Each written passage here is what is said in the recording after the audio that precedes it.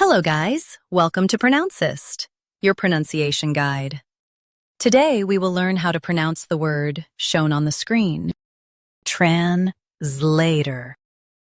Both US and UK have the same pronunciation of this word, translator.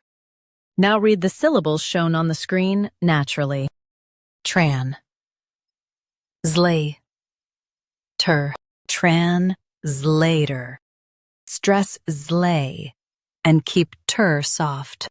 Tran, zlay, ter, translator. Stress zlay and keep ter soft. Tran, zlay, ter, translator. Stress zlay and keep ter soft. Tran, zlay, ter, translator. Practice repeatedly and you'll soon be able to say this word perfectly.